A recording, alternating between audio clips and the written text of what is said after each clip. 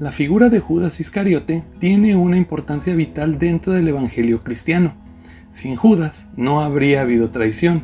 Sin Judas, Jesucristo no habría sido aprehendido y crucificado. No habría muerto y descendido a los infiernos. No habría vencido a la muerte y resucitado al tercer día. No es la figura central de la historia, pero sí que es una pieza clave. Esta idea llevada al límite es la que desarrolla Jorge Luis Borges en 3 versiones de Judas. Y por aquí transita este cómic de Jeff Loveness. Veamos qué sorpresas nos depara esta historia en la reseña del día de hoy.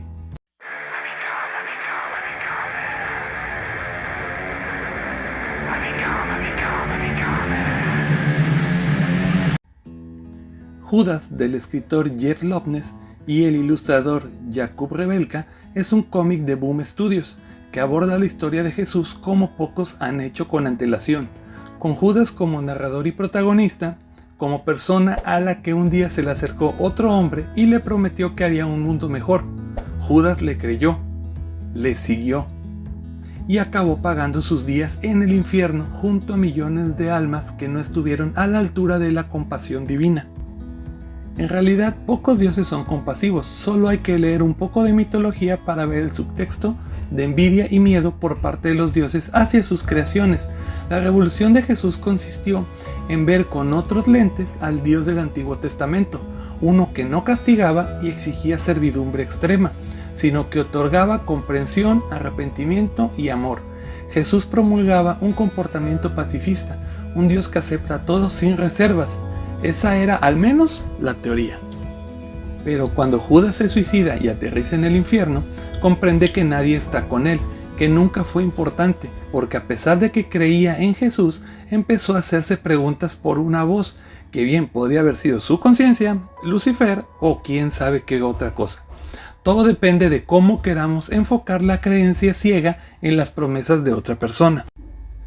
El diálogo de Judas es simplemente desgarrador, porque manifiesta todas las preguntas que creyentes y no creyentes nos hemos tenido que hacer alguna vez. ¿Por qué el mundo es así? Si hay una fuerza bondadosa superior, ¿por qué tenemos que sufrir de esta manera? Judas se manifiesta como una persona real, no un rol que adopta en una grandiosa historia que contará a la gente para ejemplificar al traidor.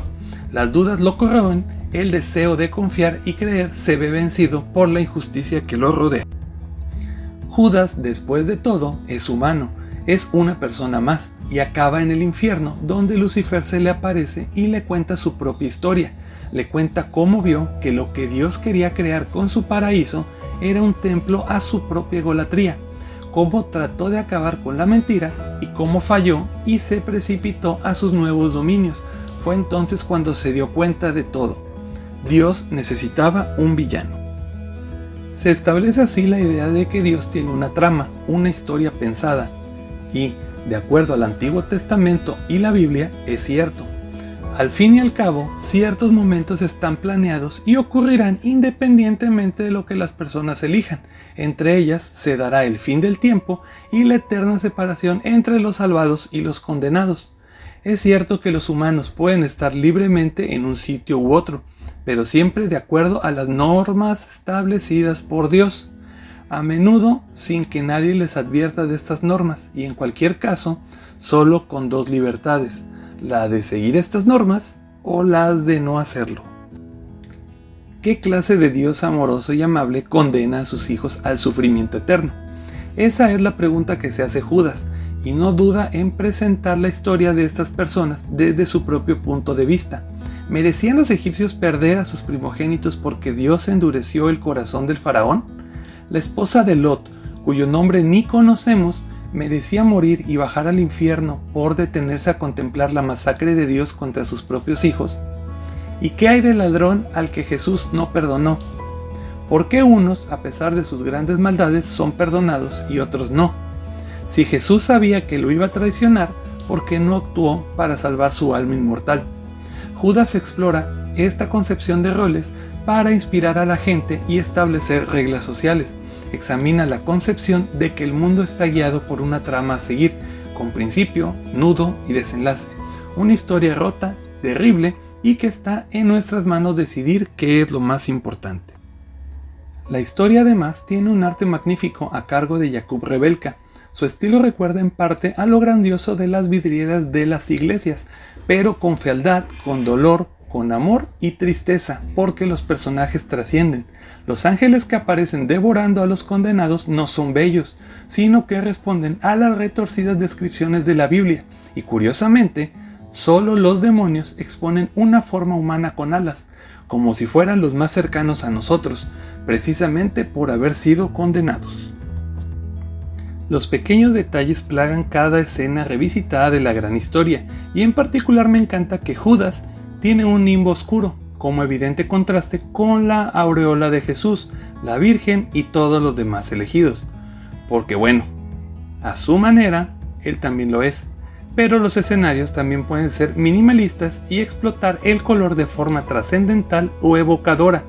De verdad, es un trabajo sumamente delicioso el que nos presenta el dibujante. El ritmo también es impecable, lento y a la vez doloroso, pero en ningún momento pesado.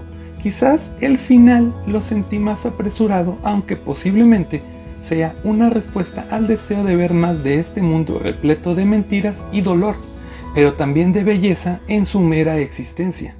El guión es también profundo y personal, consistente en principio en conversaciones internas de Judas que dirige contra Jesús.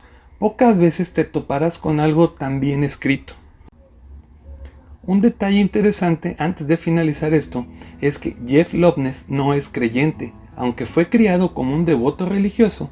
Su recorrido por los valles oscuros de la religión, por tanto, son más aproximados a los de Judas que a los de Jesús, y puede que por eso dé tan buena voz al personaje. Es difícil plantear una historia sobre un tema más conservador que las sagradas escrituras cristianas. Sin embargo, Judas nos deja con la sensación de haber leído una historia innovadora, experimental y que quizás resulta tan fascinante por basarse en algo tan conocido como uno de los pilares ideológicos del humanismo cristiano en el que se fundamenta la sociedad en la que vivimos, pero a la vez crea una historia nueva en ese tapiz que nos resulta tan familiar.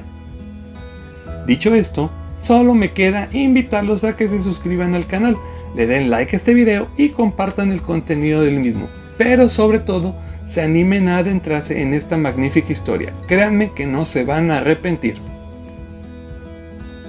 Nos vemos en un próximo video. Bye bye.